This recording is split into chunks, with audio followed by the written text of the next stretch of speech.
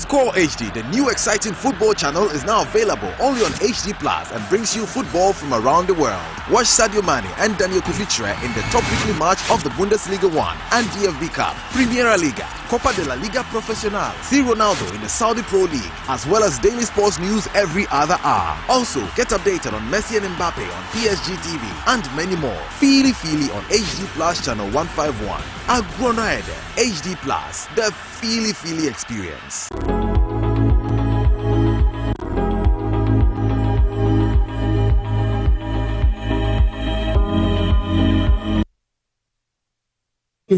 Ewo my Ghana sabrin koma hia ye pa ye die wo my Ghana ha eye ense bebre ekoso wo Ghana ha ne kra ne se ye mra se bedwafo ena nko metimagina brane no maboa ye ni akoatia sa no man ebi ni twamene to yi a ye de ba beto amanfo so yi eno abaye mra nsusu ye o e da mra se bedwafie woni esi fie dai e de na kire se ye mra se bedwafo ebetima boa ame akuatia sa atwa minute to yi a ye de ba beto Ghana fo so. Number 1.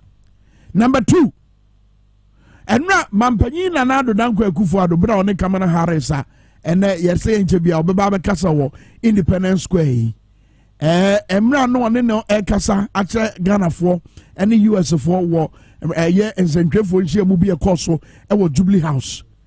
Question back a New York Times reporter busa no efa eye gay ni lesbianism sensem no ye mampanyi dan na di twamfonyi bi kire se sambre nsusu ye na damra se bedwafie ho no emfiri na aban na emom enkofu kuma bi nkofo kakra bi ena ede sambre emra nsusu ye no akoto mra se bedwafie na mre pamu no omudi muaye a ese fata ebeba wo sa asem ya akoso yi ene mfonyi ya ye mampanyi atwai ye betime nya gidie ewo ye mra se bedwafo mu so mbo betima boa am ye gire tia se chiwade yi ene Oman Ghana se de yesi ye nooma se de yesi ebo ye bra ene ne bo bra ye betimi agine tia sa de yi ene ye question ba kwa e bebu se na no pay wa bra ye ne abedwafo Atenase come from doctor asa me ya shen komo Dr.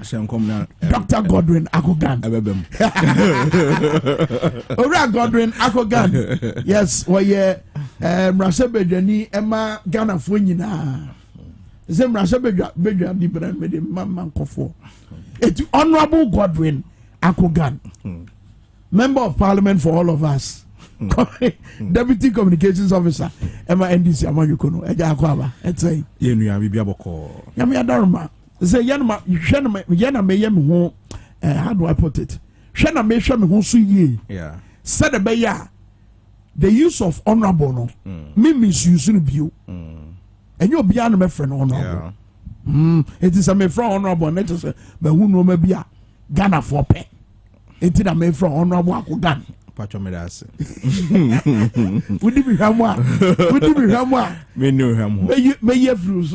Me ni mu hwamwa. But you see Kwame mamani kan chia etio ene ahwefo so a omo TVXYZ. I mean cause me ba no kra no metumun say recover fully because I go hear in the voice tiredness, stress and all that. But Ghana for who don't know waba betena ha se waba besum Oman Ghana sana ye nyina ye beka se we are committed to nkanko ewo ye democracy mu na enam bebi ade akwakosha ase ne de see Friday no ewo parliament no meka se obi a hawo no na meka se bia oye mindful. It was a disturbance. You mean they see fiada no? They see fiada. How no? That's all your mindful. Because Ghana for nyina ene yen yakasa. The omukan ye ene say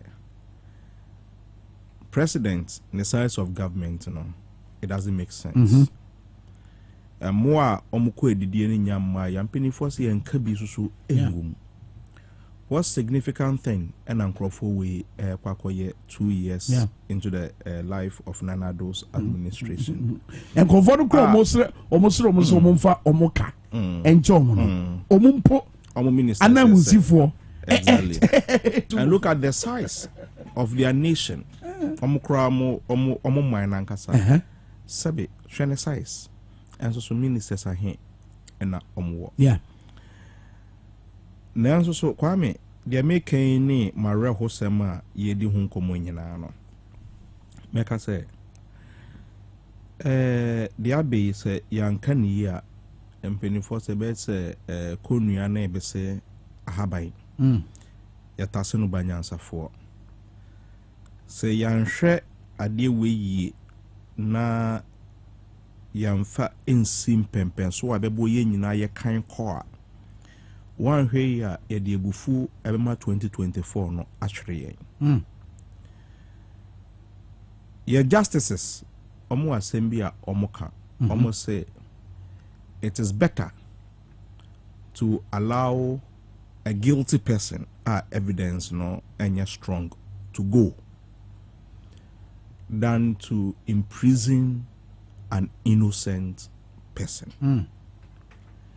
This should tell you, say, and ye may be a wahwa, as I say, ye situating ye, and yes, sir, ye de a ya also so a beshe and crofuma, ye de suspicion, as also a beshe and crofuma, emwa ye kind call any 2024 elections are ye pesi winning. Yeah.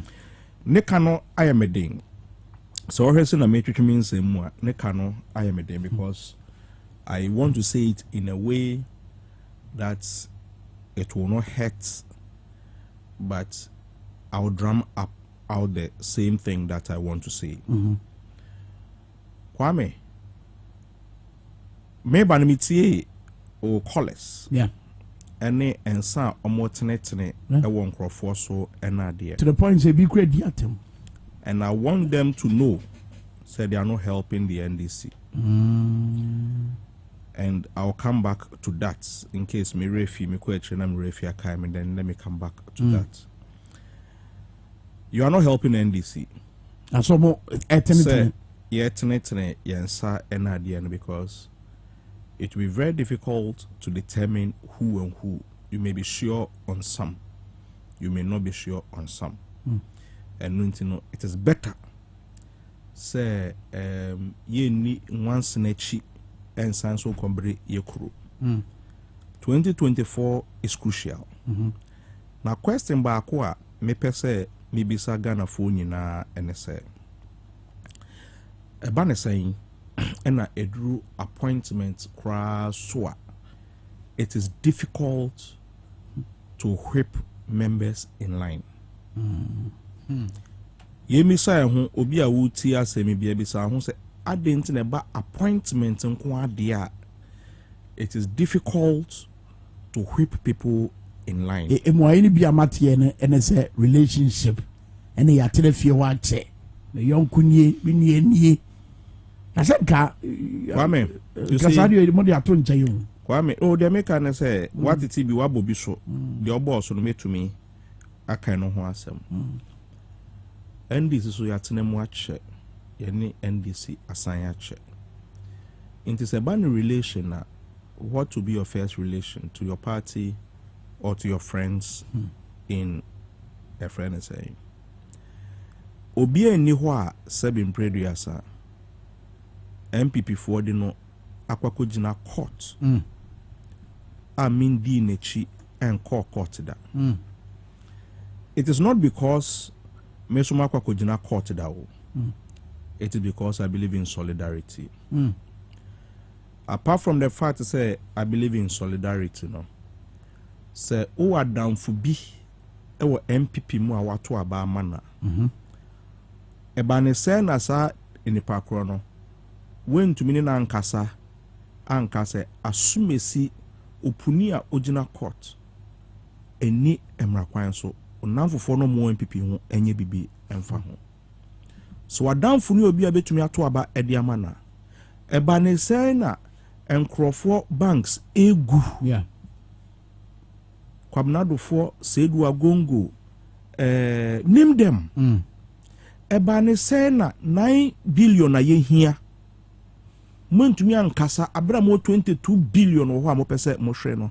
Say let's save these companies.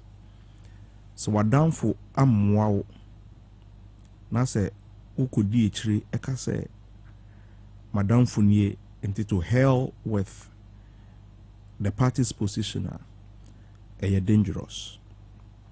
And the old boss no and amameyi ano say no because the minimum no doors on any na but what I don't get radio so what I don't get and say gun social MPP amanyoko now ebra omumu bi sorry ye ka say oh ye mpeke no furiata party ni timi ye normal to the point say ebra NDC di asem no e call committee no ase no party ni timi hweye ema omu call for wo mrase be fi no wo twe omu ho free mu even when they had publicly declared say Kenoforiata enye obi a was say Nana Akufo-Addo koso that is the solidarity in MPP that we haven't gotten there yet. Kwame, yet radio show assembly or we need to say we can't say that so much. And I don't want to go very deep into those areas. However, yewo enkrofo mienu a mepese mediomo examples because I was just on appointments. Abra yakoto aba ewiye a yenya hang parliament. Ye ka say enkrofo bi yes the first you know ka say enkrofo bi de omo approval no and say yeje etum. Hawa Kumsin was one of them. A set of people and ye can say you won't crofobia or what send from swakra bampoa and send from swano omudi eka ho say yatoaba edia momo bako eye Hawa Kumsin. Unfortunately, Hawa Kumsin got the highest votes in that. Your friend is a appointments. Ayokoto omoso aba. Yeah. This time, yes, I so eka say some from so be ebeba pa. Abranti the one who got the highest vote to crowd. Brian Champo. Brian Champo. At the Sam George say, oh, solidarity mpo. Emo muhunu se Brian Champo. Ni jume die na amane. Yeah. But unfortunately, these were the two people who got the highest votes. Yeah. It is disturbing. And until I maybe say about appointment and at this level of betrayal, a basro. Yes, some of the Honorable Robert Kudoka say, you see, party executives, yes, Kwame, my position will be one out of many, but I wouldn't want to go there. But I want to say something, and what I want to say, and say, Enkrofua, omopese, omode adieno, ekoye leadership problem, pointing figures at people. I know I'm pessimity free ho.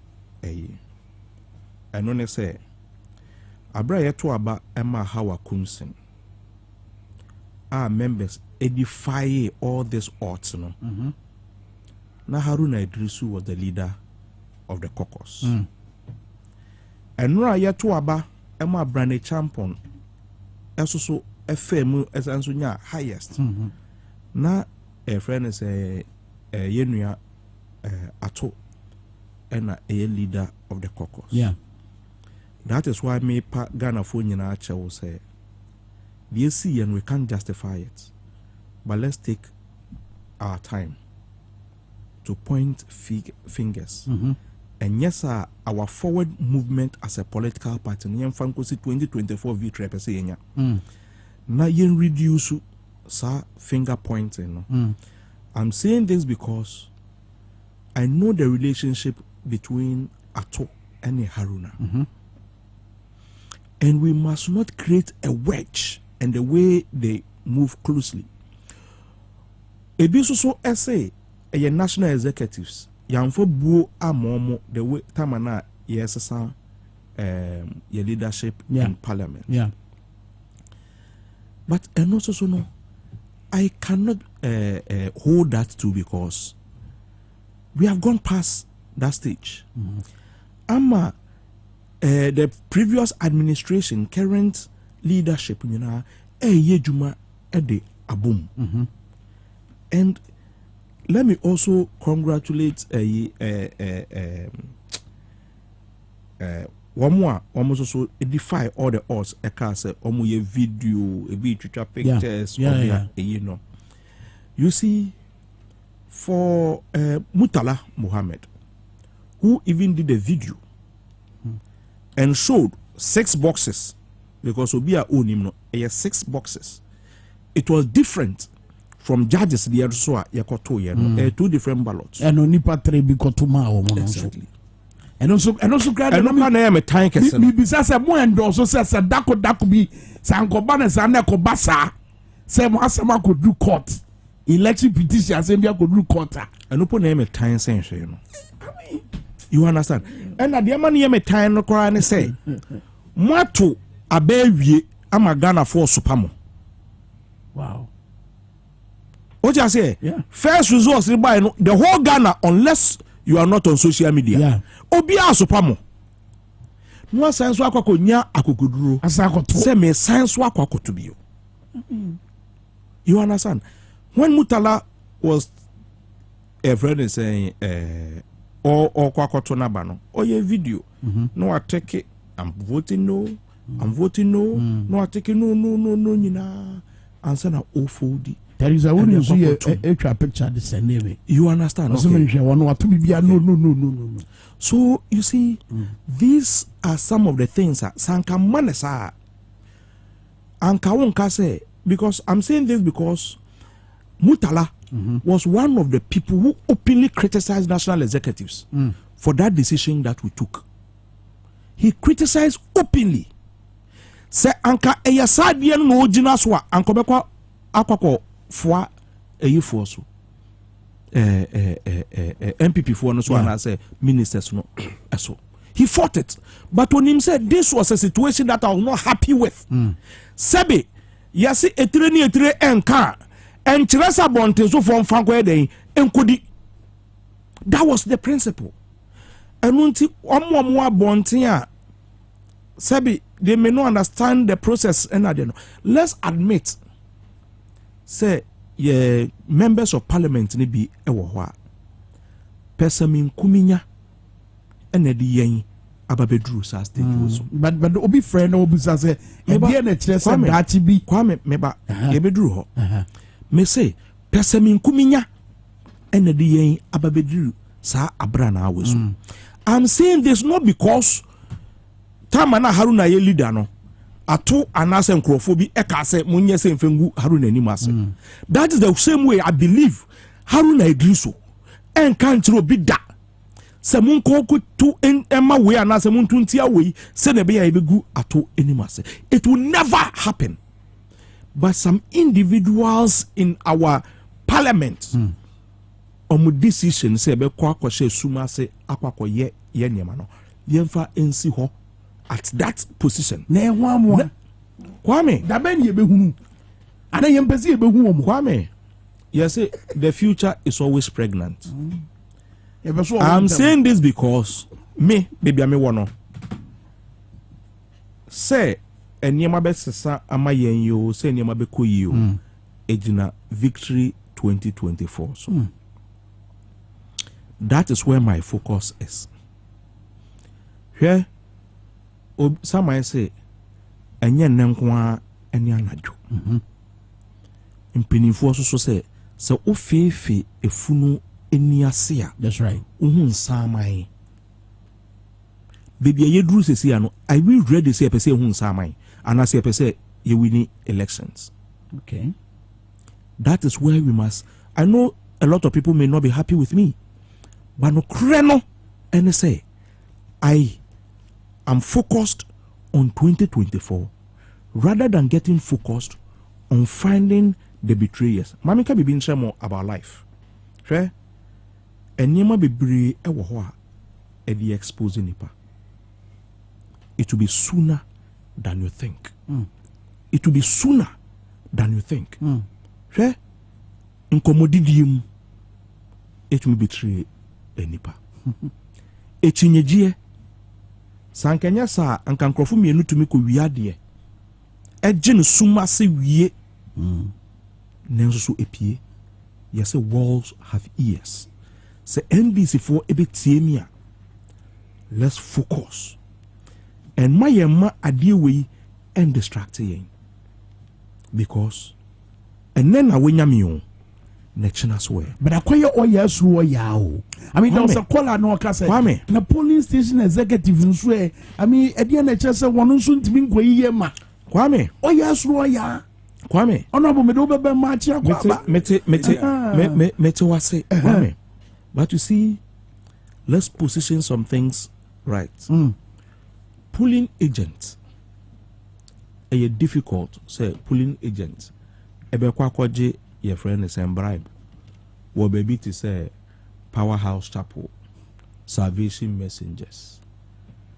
I'm saying this because who pulling agent na ujina hono.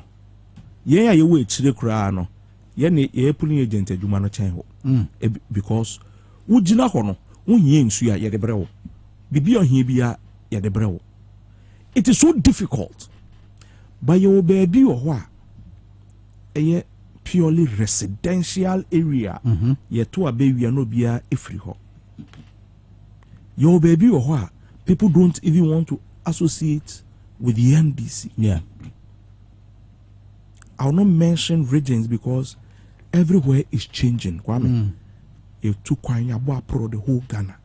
You gusu Eboa Pro. And I can tell you in all honesty, people that places that we struggled to get your friend is saying agent or people coming out to say I'm an NDC member and then almost say NDC atadie going forward and all those things. Kwame, yeah, agents main fan yama be brave and to abontain but so share His Excellency John Dramani Mahama. Na problem, yeah. He's mentioned some few things. One is about training of agents. Yeah. And the number of times I be training you.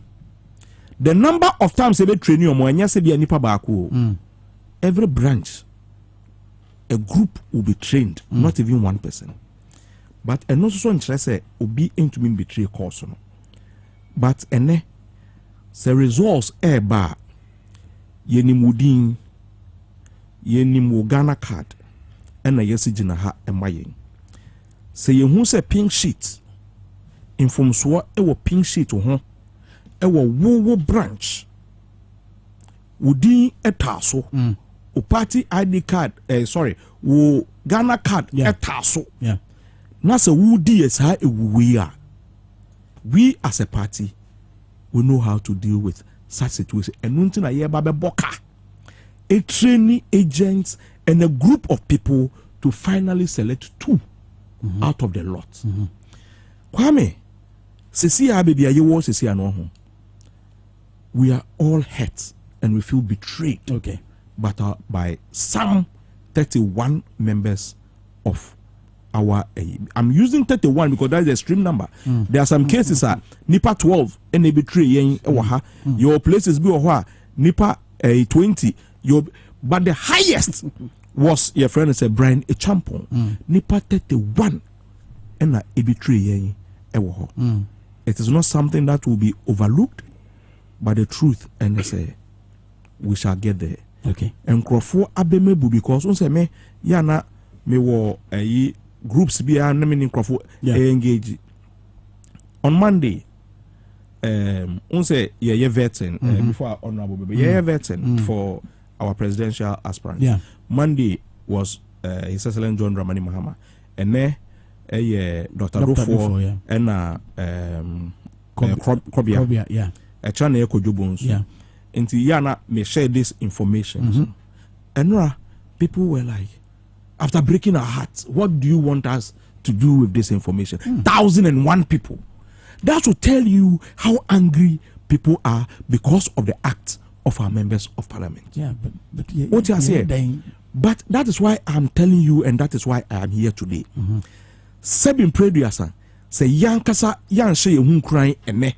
And ye be as a national executive. Me to me ababe church mu. Say you hun crying fi said ye na die nim. That is why I'm telling you. That is why I'm telling you. Say nye bibiya na. Say ye to me aba. Ye beje twamene tuwe yatum. Ye beje gay ni lesbianism sensem yatum. Somebody told me say. Somebody told me say honey ye beba ho. I hope say we get a lot of time. You see about 9:41 there by here. Yeah, you have to squeeze it. Yes. But the truth, and say, you were a near me be we must see because say gay asem eba. Nanado anka say be nano aka say it's a matter of time. Gay ni ebe dia tu. Enra onu ankasa ehu US vice president o say Ghana for the entia gay. So person me pra me gina ha kra person o ne me da obetumi abefa me to. But that was the implication of it. If you don't you are not against gayism. Why about to nkodi?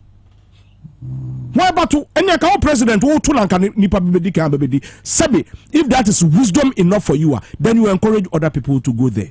What you say? But the other thing and say omo na omo epia sa omo set sa agenda we. Na sa agenda we are omo set no ye deba parliament. Na say yen krofo bi so one won so ekoji etuma na say NDC with all our noise we believe in gayism. Meba was here but mama fa opanyi ya nani abrese onu so beso ogura se be dwafie manu fa nimrem all the ekoso horo why ready why ready pa ye fa ncha sa o easy she ye ni bedi abedi no Henry Kwashi Ablekuma Central Constituency NDC member one so ni abrese opeso ko say a parliamentary candidate mind this Yamanyuko no wabra moto aba anamonsifo e de akọ mrahye bedwafie and kwahye akọ aba Kwame the see fiada no as against expectations amount for war e wo NDC ho no who ne say okay me da say Kwame the dey kan me da Ghana for nya say no wuti for nya say the menu meda me constituency for nya say edam say omo flyer say me call me ba radio so abe kasa kakra na ma cheche ma dwe fa yam e call so da no twemu yi omo ahye me nipa bebre ni de omo ma send me message ama me goodwill say oh yetawechi na call radio so ye beti enso good one de obenya policies are I will show was policies and now the on this policies are would you buy new values and love for the people no yet cheaper na answer me share no em say mrashe bijafoi edika no o my idea fine na last week you know do elections am say any problems kakra or message major for na am say NDC for NDC problem kakra bi any kakra bi because Ghana for so mato ababoni na ababoni no mato no they say omo do omo re nya hye NDC mu say anka NDC for ni obi anka omo do omo neto omo so say omo put government no in check when it comes to matters of this sort na ankobanisa enti amafo bebre any Ghana for any party for omo bebre I am very disappointed. He said you person who say ye den ba na sa we give a party penifon ba ku ne we give a party penifon betima boa ame akwa asem ni mu apene pomasi bre in fact many honorable Robert Kudjo di nkomo ne was a party penifon nye hwehwemu na nkofo mu di sa bone no ye hu no mo we use a time near right so what here I go an argument now we use a time near right see about 50 funu ye ni and who the person you need the senior kind and quite true I did woman say there was a precedent a sida our kumsi mu elections course no and this for Ghana for bebre any anji say na about one coy and the kasati with the expectation say another opportunity to ba meaning the Ghana for and this for very redeeming of image with regards to elections but Uncle Banisa na question obisa say as wait for and to me I'm making sure say when you corporates instead of that be and Banisa I'm saying it's a very difficult situation because difficult why very difficult the penifo and this in penifo because these elections are carried secretly.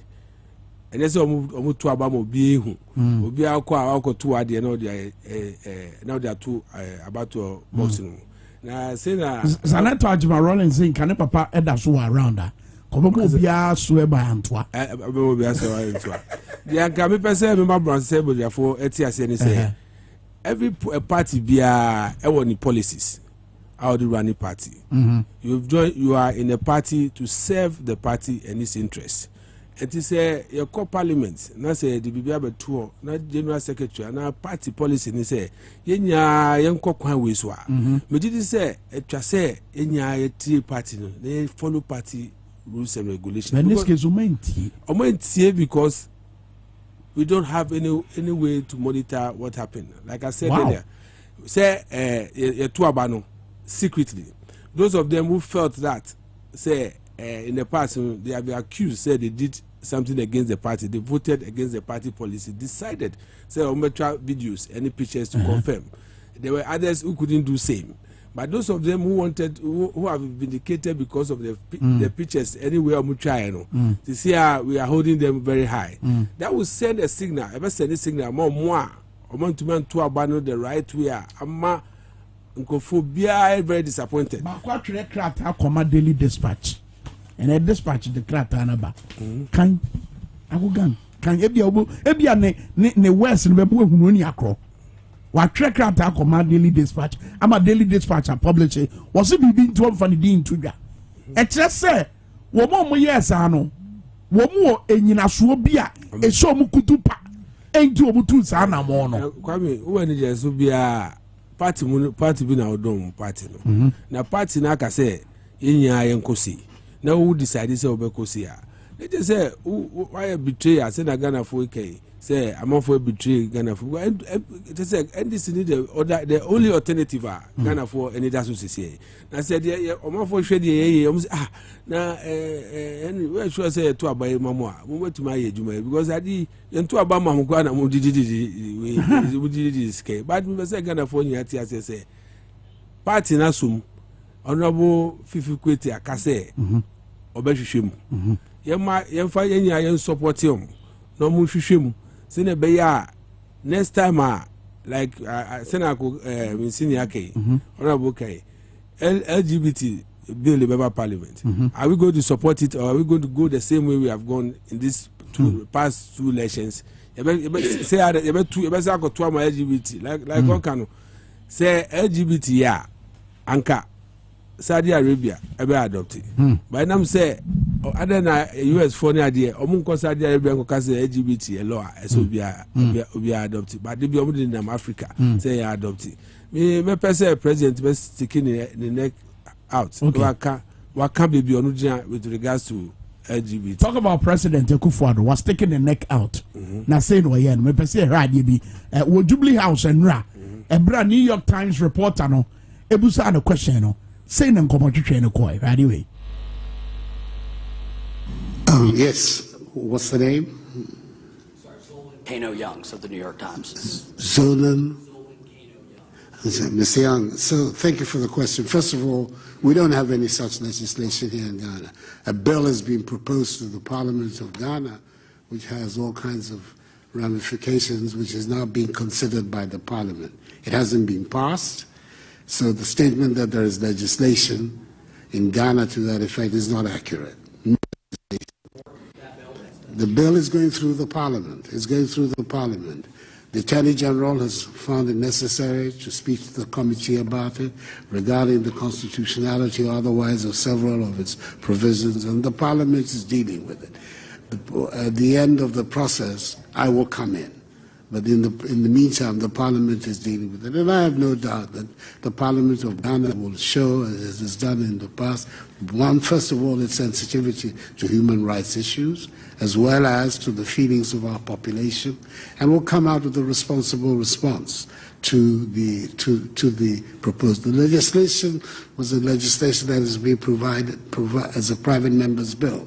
This is not an official legislation of the government, but it is one that has been mooted by a handful of private members. So we will see what the final outcome of it. But my understanding from the recent discussion I had with the committee, the substantial elements of the bill have already been modified as a result of the intervention of the Attorney General. We will see what the final outcome will be, and that is the stage at which I will also have the opportunity to prevent. As far as the presence of Wagner is concerned, we're concerned about it. We made clear our concerns because, first of all, within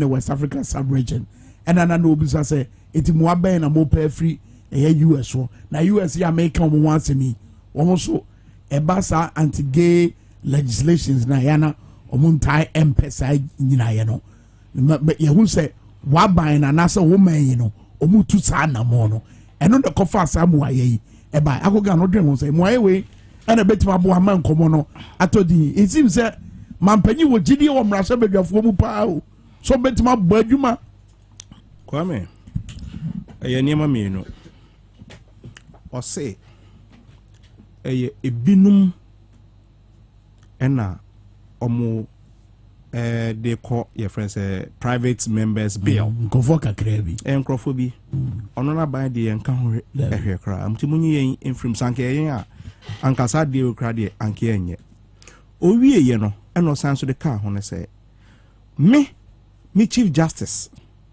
agisa document no am modify no se ne be ya trumudie no ye betumi edi esimpempe so bi a ye nchinipa anase I am waiting to see the modification.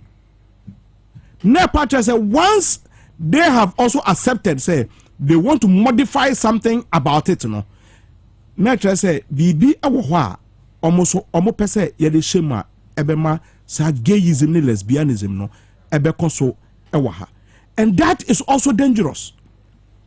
Say ye wo gidie ewo omampeni wo gidie wo parliament mu anai no me fuma ho de nkogu ho kese because me I can tell you say ye kwakoye secret ballot what this gayism meaning say MPP phobia can stand up and say they are against it because of their religion. Wa we Muslim ni out do muma ebo form we Christian ni say your friend is saying rosary and okura wo say your cross na okura wo wo gidie ewo hu konkurum na beto ama gayism and lesbianism no one kasa onya me nani ubedi patriotism say but ya free parliament no president say e can be or say at the end of the day it will come to me. No law can be in force until the president signs his assents his signature to it. Into a person at the end of the day, no, Mimi signature, I'm the final person. Of course. That is how dangerous this man.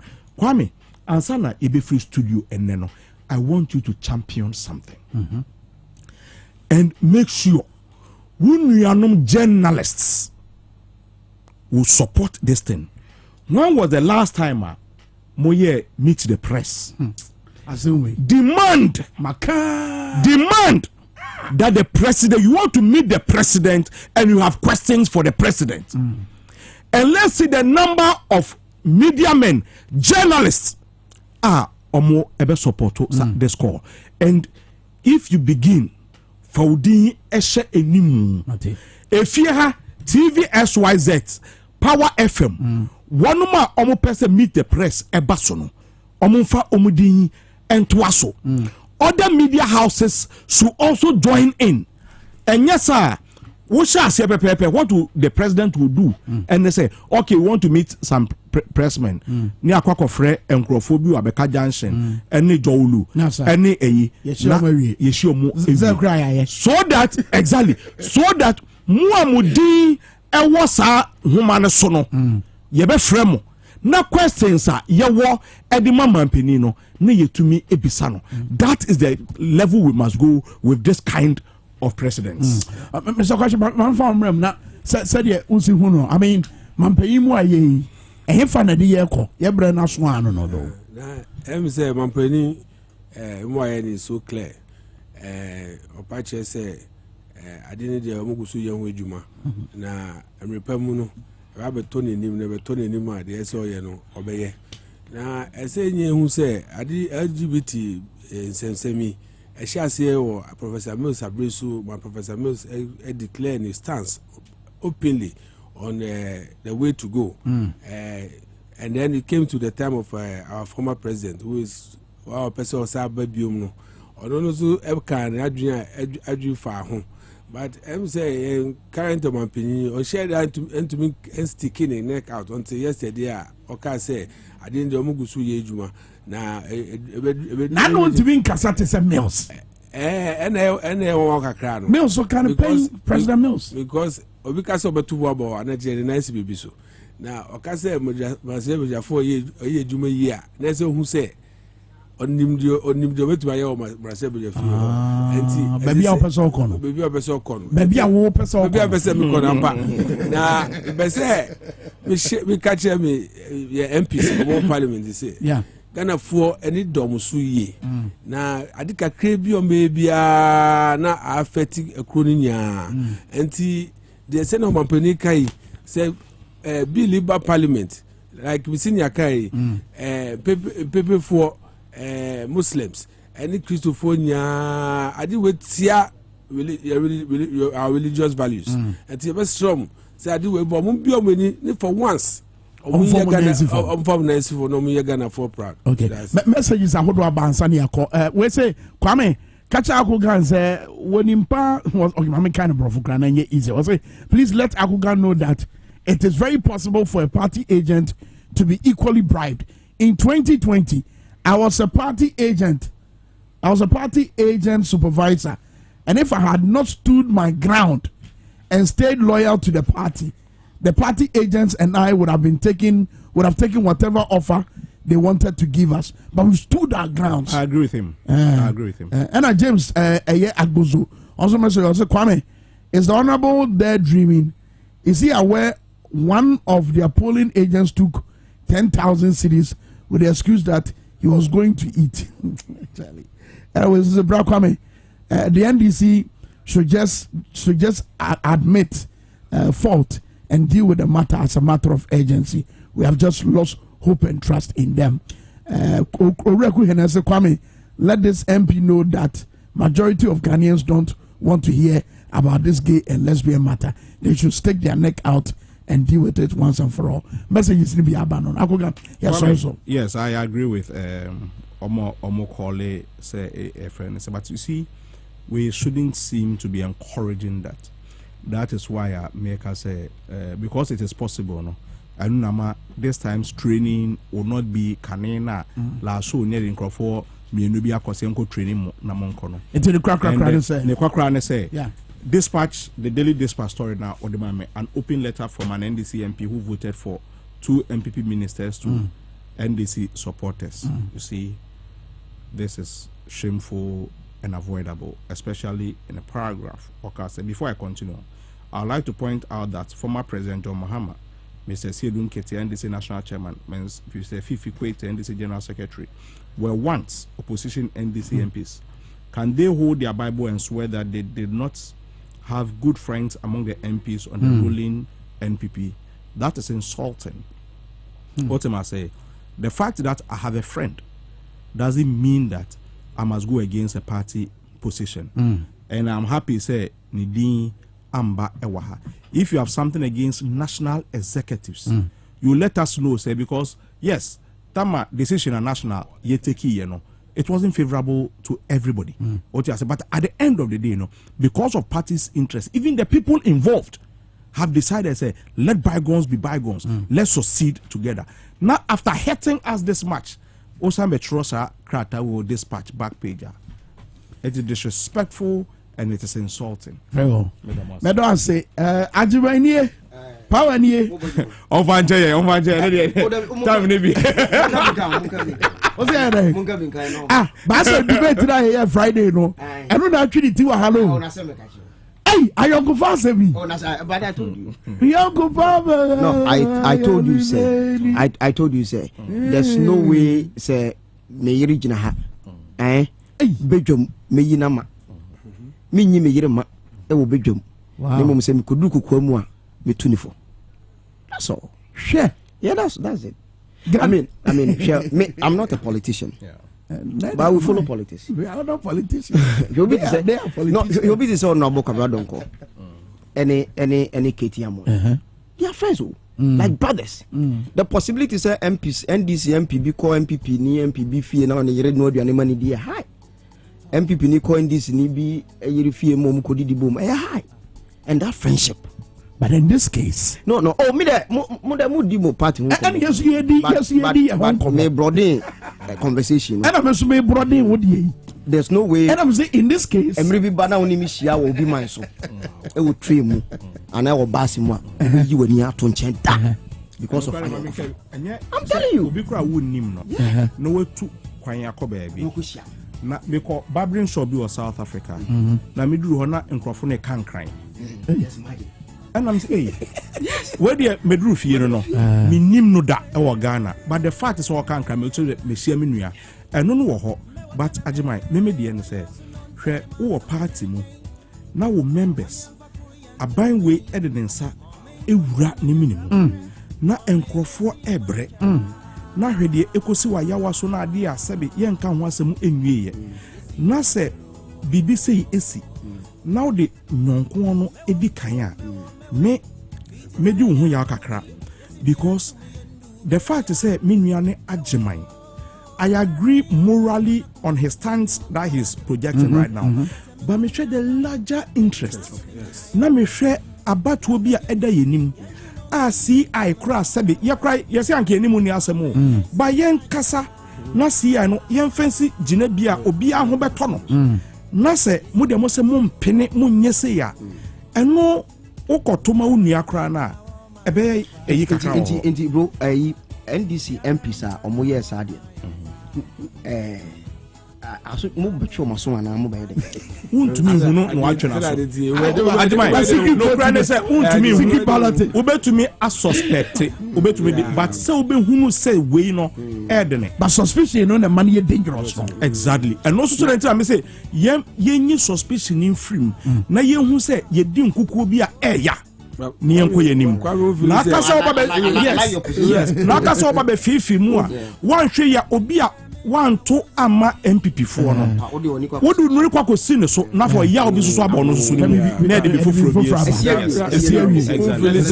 Felix going forward we should put in mechanisms about checking some of these things so that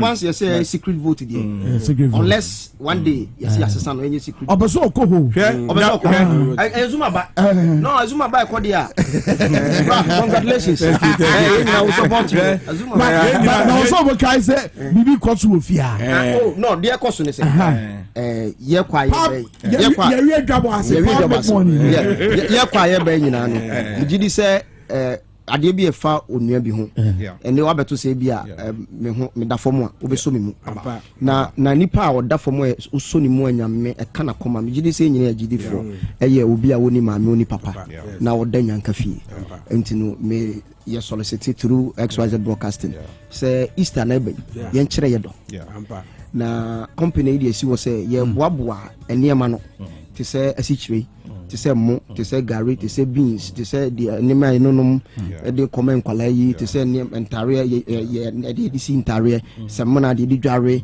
biscuit nom ne ade toothbrush paste yɛde kɔ akɔma enyanka na enyanka no sɛbi ɔmo di na ɔmo di a na ɔmo ka sɛ nyame nhyira ɔmo de baeɛ na automatically nyame bɛka yɛ nyinaa nti no yɛ appeal to mpanimfoɔ sɛ momwae Friday by week and then Yamana Yagadani yɛde kɔ enyanka fie. Next Friday by week crani Easter no. France. When them say because of politics and you know. When you pass Easter Friday. They say bronya drew ya mujai yeja political show and I'm say nyum credit. Back to back music. Oh, say nyum made. Enti memo. And also yes. Memo 500. More fire. Bubu neighbor Pakasa. So as we speak, you know, so I solicit. Omo be my broker can name. Bibia of the be honorable question. That champion, they be able to say, Ajimani, because that's about program. I don't have any so far. We believe in charity. I believe in Jankas and also Usike. And I know because I can be a chairman of my constituency. I was so touched. I want to be of help. I be fear there. There's a politician. I say me very careful in my way, but I'm for the program. Okay. I'll like make sure. that. I'll make sure that I also support the program. Let's just watch you BBC here. So I'll on 20 minutes man going to